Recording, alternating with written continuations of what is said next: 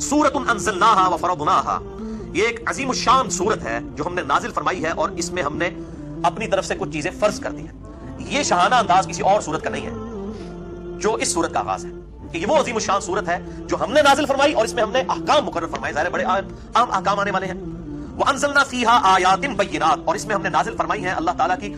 روشن آیات، لعلکم تذکرون، تاکہ تم نصیحت حاصل کر سکو۔ الزانیۃ والزانی، زنا کرنے والی بدکار عورت اور زنا کرنے والا مرد، فجلدوا کل واحد منہما 100 جلدہ، ان دونوں میں سے ہر ایک کو 100 کوڑے لگائے جائیں گے، یعنی 100 کوڑے مرد کو اور 100 ہی عورت کو، اور اس میں امپلائڈ ہے کہ وہ اگر شادی شدہ نہ ہو، اس میں ڈیٹیل سے گفتگو انشاءاللہ کروں گا۔ ولا تأخذکم بہما رأفۃ فی دین اللہ، اور دیکھنا اللہ تعالیٰ کی طرف سے یہ سزا اسٹیبلش کرتے ہوئے، یہ حدود جاری کرتے ہوئے تمہارے دل میں کسی کے لیے نرمی نہ آ جائے، جو صحیح بخاری اور صحیح مسلم کی متفق علیہ حدیث ہے اور مشکات میں بھی موجود ہے، حدود میں جو نرمی کرنے والے معاملات ہیں اس چیپٹر کے اندر، کہ آپ صلی اللہ علیہ وسلم کے پاس ایک فاطمہ نامی عورت، اس کی چوری کا مقدمہ پیش کیا گیا اور اس کے لیے سفارش کی گئی اسامہ ابن زید کے ذریعے سے۔ تو آپ صلی اللہ علیہ وسلم سخت جلال میں آئے، آپ صلی اللہ علیہ وسلم کے لیے اسپیشل ممبر رکھا گیا، آپ نے اصحاب کو خطبہ دیا علیہ رضوان، اور کہا تم سے اگلے لوگ اسی لیے ہلاک ہو گئے کہ ان کے اشرافیہ کے لیے اور قوانین ہوتے تھے اور غریب لوگوں کے لیے اور، اللہ کی قسم اگر میری بیٹی فاطمہ بھی چوری کر دیتی تو میں اس کے بھی ہاتھ کٹوا دیتا۔ آپ صلی اللہ علیہ وسلم نے،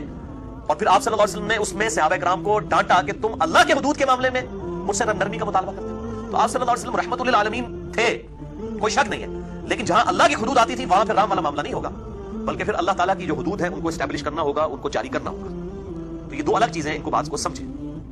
تو یہاں قرآن حکیم میں ہے کہ ذرا تمہارے دل میں نرمی نہ آئے، ذرا رحم نہ آئے اس معاملے میں اللہ کے دین کی سزا کو اسٹیبلش کرتے ہوئے، ان کنتم تؤمنون باللہ، اگر تم واقعی اللہ پر ایمان رکھتے ہو، والیوم الآخر، اور آخرت پر تمہیں ڈر ہے کہ اللہ کے حضور پیش ہوگے تو تم یہ حرکت نہیں کرو گے کہ تمہارے دل میں نرمی آ جائے۔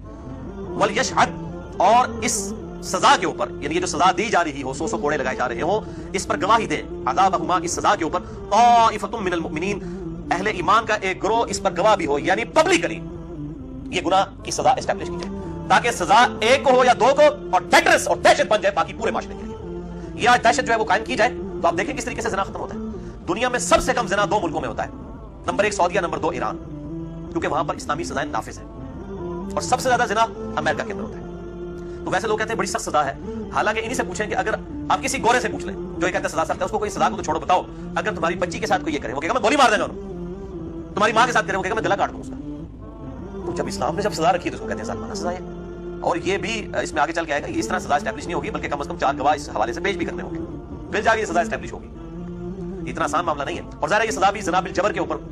جو ہے وہ صرف اس کو ہی ہوگی جو یہ زیادتی کرے گا، جس کے ساتھ ہوئی اس کے اوپر سزا نہیں، اور اگر زنا بالرضا کریں گے پھر دونوں کے ساتھ یہ معاملہ ہوگا۔ تو شادی شدہ ہوں گے تو سنسار کیے جائیں گے، اور غیر شادی شدہ ہوں گے تو ان کو 100 کوڑوں کی سزا دی جائے گی۔ اس میں میں ڈیٹیل سے گفتگو کرتا ہوں، پہلے ان آیات کو ہم کور کر لیتے ہیں۔ تو ٹیٹرس کے لیے کہا گیا کہ پبلکلی اس گناہ کے اوپر لوگ اس کو ویٹ کریں گے، شہادت دیں گے، تاکہ باقیوں کے لیے عبرت ہو جائے گی، اس حوالے سے دل میں کوئی نرمی نہ آئے۔ الزانی لا ينكح الا زانیہ، زانی کو نکاح نہیں کرنا چاہیے مگر صرف زانیہ کے ساتھ ہی۔ یہ بات محاورتاً کی جا رہی ہے کہ زانی تو ہے اس قابل ہے کہ اس کو کوئی زانیہ عورت ہی ملے، کسی شریف عورت کے قابل نہیں ہے وہ، او مشرکہ، یا پھر مشرکہ عورت کے ساتھ۔ اب یہ عجیب بات ہے کہ دنیا میں جتنے بدکاری میں مبتلا لوگ ہیں، اگر آپ ان سے پوچھیں کہ آپ کی بیوی کیسے ہونی چاہیے تو کہتے ہیں جی وہ نکاح کریں،